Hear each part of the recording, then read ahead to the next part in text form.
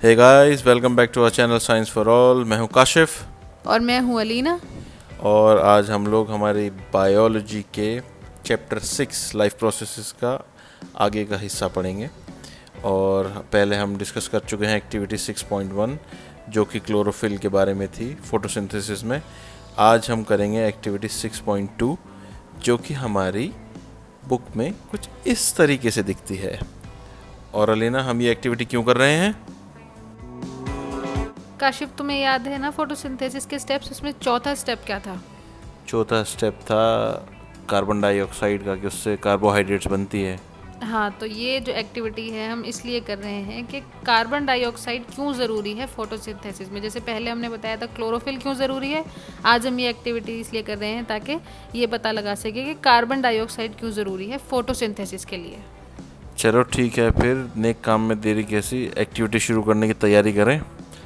हाँ बिल्कुल। ओके, तो जैसे कि मेरा सबसे फेवरेट सवाल होता है वो ये कि क्या सामान लगने वाला है इस एक्टिविटी में। इस एक्टिविटी के लिए हमें सबसे पहले चाहिए हैं 2 potted plant. Okay, 2 potted plant हो गए। उसके बाद हमें चाहिए 2 ग्लास प्लेट्स। 2 ग्लास प्लेट, लगता है हम जुड़वा फिल्म देखने वाले हैं। हमें चाहिए 2 बेल जार्स जैसे कि पिक्चर में है।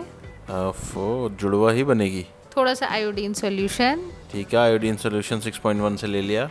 और थोड़ा सा वॉच ग्लास में पोटेशियम हाइड्रोक्साइड।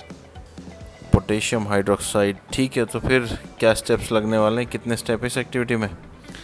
सबसे पहले तो हम इन दोनों प्लांट्स को 3 दिन के लिए अंधेरे में कमरे में रख देंगे। और वो क्यों रखना है तुम्हें याद है? हाँ, क्योंकि उनके अंदर का जो कार्बोहाइड्रेट्स हैं वो जो स्टार्च है, है, वो सारा खत्म हो कार्बोहाइड्रेट है, जाएगा। वो ख़त्म हो जाएगा। अलीना, आगे बढ़ने से पहले मेरा एक सिंपल सवाल, हम सब चीज़ 2-2 क्यों ले रहे हैं, 2-2 प्लांट क्यों ले रहे हैं इस एक्टिविटी में? क्योंकि हम इसमें कार्बन डाइऑक्साइड के लिए चेक कर रहे हैं, तो आखिर में कंपैरिजन के लिए हमें 2 ही गमले चाहिए ताकि हम अच्छे से चेक कर सकें कि क्या फ़र्क आया है। समझ गया। स्टेप 2 क्या है? स्टेप 2 में हम दोनों गमलों को हमारी कांच की ग्लास प्लेट में रख देंगे। ओके, ग्लास प्लेट में रख दिया। स्टेप 3 क्या है फिर? स्टेप 3 में हमने जो वॉच ग्लास में पोटेशियम हाइड्रोक्साइड लिया था उसको एक गमले के पास रख देंगे, एक प्लेट के अंदर। ओके, एक के पास रख दिया और एक को ऐसे ही छोड़ दिया नॉर्मल। हाँ, ठीक है, जैसे कि पिक्चर में है। ठीक है, ये तो हो गया। अब इसके रखने का कारण क्या है? आगे बताऊंगी। पहले ये कि पोटेशियम हाइड्रोक्साइड इसलिए रखा है क्योंकि इसकी प्रॉपर्टी होती है ये कार्बन डाइऑक्साइड को जो है अब्जॉर्ब कर लेता है।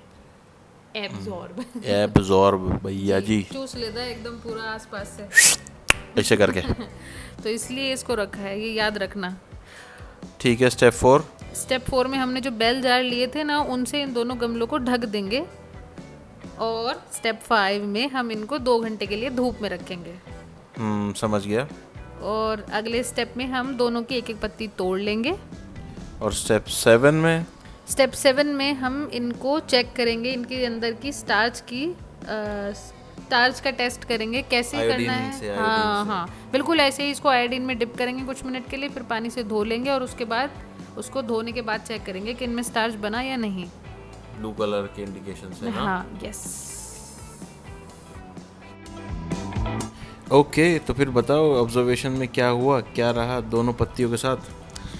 जो गमला हमने पोटेशियम हाइड्रोक्साइड के साथ रखा था उसमें तो क्या हुआ, पोटेशियम हाइड्रोक्साइड ने सारा कार्बन डाइऑक्साइड चूस लिया, तो वो स्टार्च बना ही नहीं पाया, तो इसलिए वो पत्ती ब्लू नहीं हुई, यानी कि उसने स्टार्च नहीं बनाया। और इसी तरीके से जिसमें ये जो गोलियां बिना- नहीं रखी हाँ, थी पोटेशियम हाइड्रोक्साइड की, उसमें कार्बन डाइऑक्साइड थी, तो उसने स्टार्च बनाया, उसने खाना पकाया, blue खाया हो गई। पिया, मज़े लिए और ब्लू हो गई, नीली हो गई, प्रेम दीवानी। हाँ, तो उसके स्टार्च की प्रेजेंट जो है उसने इंडिकेट कर दी, जब आयोडीन में चेक किया वो ब्लू हो गई, जैसे कि आप पिक्चर में भी देख पाएंगे। दिखाओ पिक्चर जल्दी से।